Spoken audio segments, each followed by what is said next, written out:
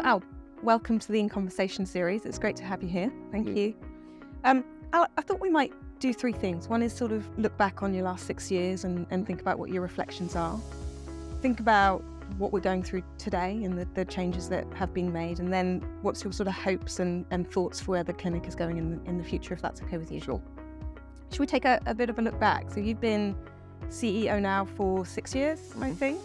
As you look back, what are your reflections on that journey? What a journey it has been. I started in late 2017. We had a fabulous sort of 2018, 2019. Then we had COVID. And COVID, as for a leader, was about the safety of our people. It was about supporting the national need. And it was about securing the financial stability of the institution. And actually, I did a diary during COVID, and I don't often do diaries. I was looking back at that recently. We had nearly 250 people out at the peak with sickness. Then we come out of COVID, and then it's the aftershocks of COVID, Brexit, geopolitical challenges, and we're dealing with historically high inflation. So I see my leadership in sort of three parts of pre-COVID, COVID, and now where we are today. And it's been a real challenge, but it's been underpinned by an enormous motivation. The pride I have in this institution is enormous. I'm very proud of its heritage, its brand, its people, the caliber of its consultants, and of course, what we do for our patients day in, day out. So that's been a common thread through these different phases of my leadership here.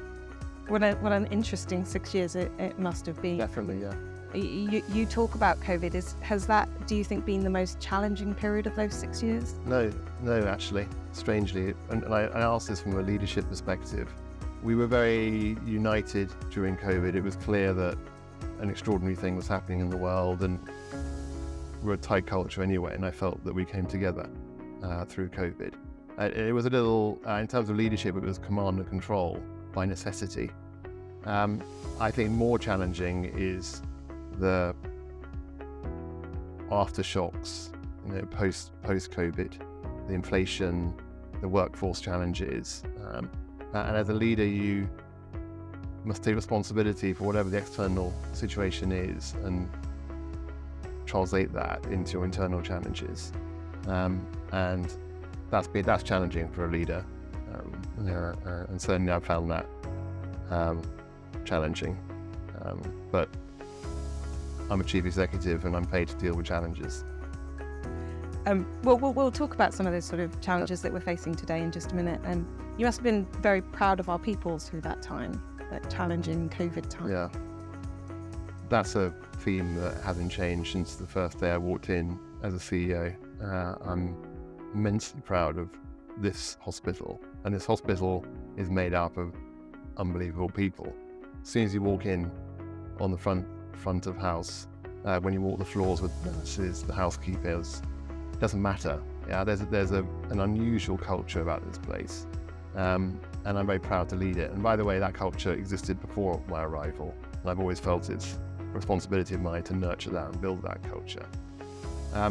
So we continue to make a difference. We made a difference through COVID. We're making a difference today, and I'm very excited about the impact this charity can make in the future, and I'll come and talk about that in due course, I suspect.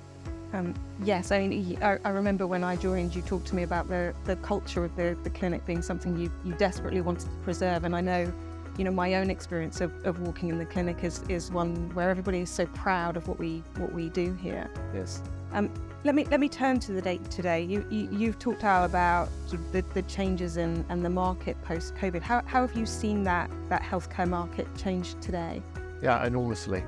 So some of that is the macro piece that I've talked about the challenge on the workforce, but more specifically, everyone seems to want to be in London to do healthcare. So the Cleveland have arrived, One Welbeck Street have arrived, Mayo have arrived in part, and other hospitals want to expand. So since 2018, which is 1 year into my leadership, there's been a 25% increase in inpatient capacity, that's about 300 beds.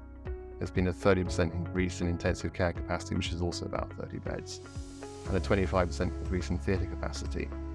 And it's not obvious that the number of patients are arriving to fill that capacity, so necessarily that creates a challenge. But that said, the macro position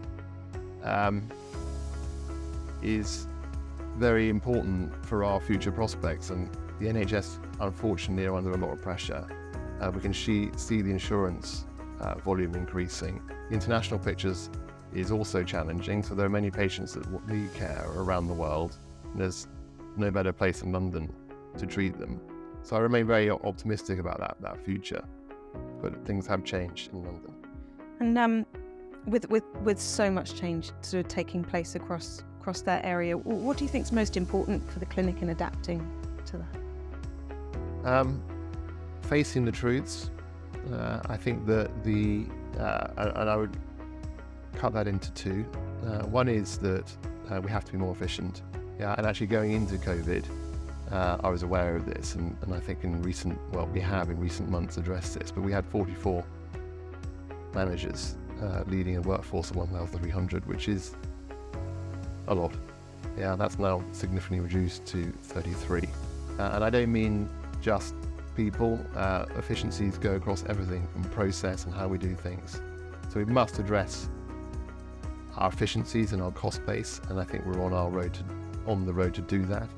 And just to put that into perspective, the decisions and changes we've made in recent months is equivalent to £15 million next year, which is very material. And the second thing is growth. Our plan is built around growth. And I think it's lost a bit actually in the organisation, that it's very visible when we make people changes, when we're hard about recruiting new roles, or when we're tough about making CapEx decisions. But the backdrop here is, as a chief executive, I'm investing more this year than I ever have done historically in 6 years. That's £20 million worth of investment going in. And that investment is on growth. We're investing in diagnostics in 142 to 146 Harley Street because we believe in it. We're investing in pathology within that because it's a high growth opportunity. And those two things alone could generate upwards to £10 million worth of surplus for this charity, which allows us to invest back in. I think that might be a bit lost sometimes in the day-to-day of the clinic. Yeah, I think there's certainly more we can do to talk about some of those investments and the impact that they're having as well. So I know the impact of what we do for our patients, our people, but also our community is also really important to you. What do you need from the people of the London clinic to make that growth really work? I think I would divide that into sort of two areas. One is, if you're responsible for people, whether you're a supervisor, manager, you're an executive, take responsibility of yourself and where we're going and how that connects with what we're trying to achieve at this hospital. And secondly, all our people, let's think about our values. So if you're following our values, you're halfway there. So if you're thinking about how you're working together as a team, we are here for one purpose, which is doing our best for our patients. It's very uniting, and ensure that you're applying that day in, day out. We go further. We think about the holistic needs of our people and our patients. Are you doing that? And finally, we personalise care, so we must always bring compassion to our patients, but also combine that with the best in science we possibly can. If you're applying that, you're on a winning run.